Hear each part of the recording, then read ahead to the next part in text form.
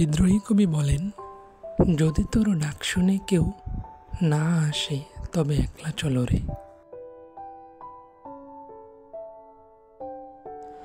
এখানে কি কবি নিছকিতার বীরত্ব বা ওয়ারিয়ারনেসকে বুঝিয়েছেন?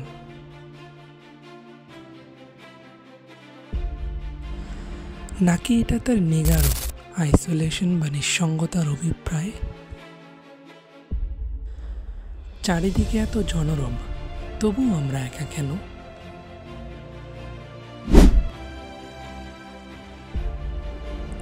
সত্যজিৎ রায় একবার তার কোন এক ইন্টারভিউতে বলেছেন, মাঝে মাঝে বড়ই একা লাগে তাকে।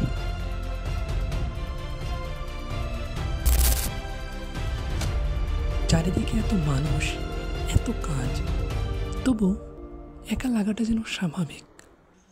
পৃথিবীর সব গুণীজনদেরকেই তো একা লাগে, আপনাকেও তো লাগে, কি লাগে না? মাঝে মাঝেই আমরা হারিয়ে যাই একাকিত্বের এই বিস্তর সাগরের গভীরে।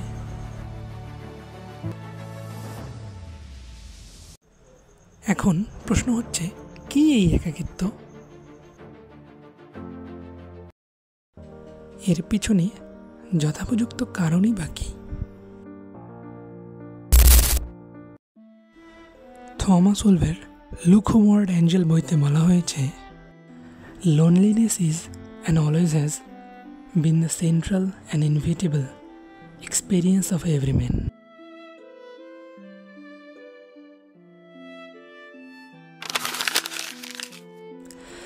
লোনলিনেসের পিছনে কিছু সুনির্দিষ্ট কারণ রয়েছে।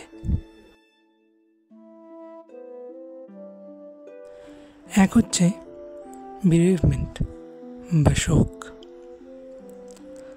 দ্বিতীয় হচ্ছে রিটায়ারমেন্ট বা অবসর, তৃতীয় হচ্ছে লো সেলফ এস্টিমেশন, চতুর্থ হচ্ছে লিভিং অ্যালোন বা একাকী বসবাস, পঞ্চম এবং সবচেয়ে ভাইটাল হচ্ছে ল্যাক অফ মিনিংফুল কানেকশন।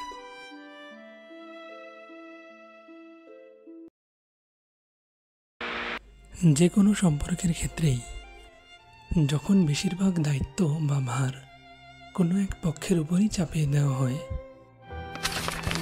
তখন ওই সম্পর্কের অস্তিত্বে টান লাগে।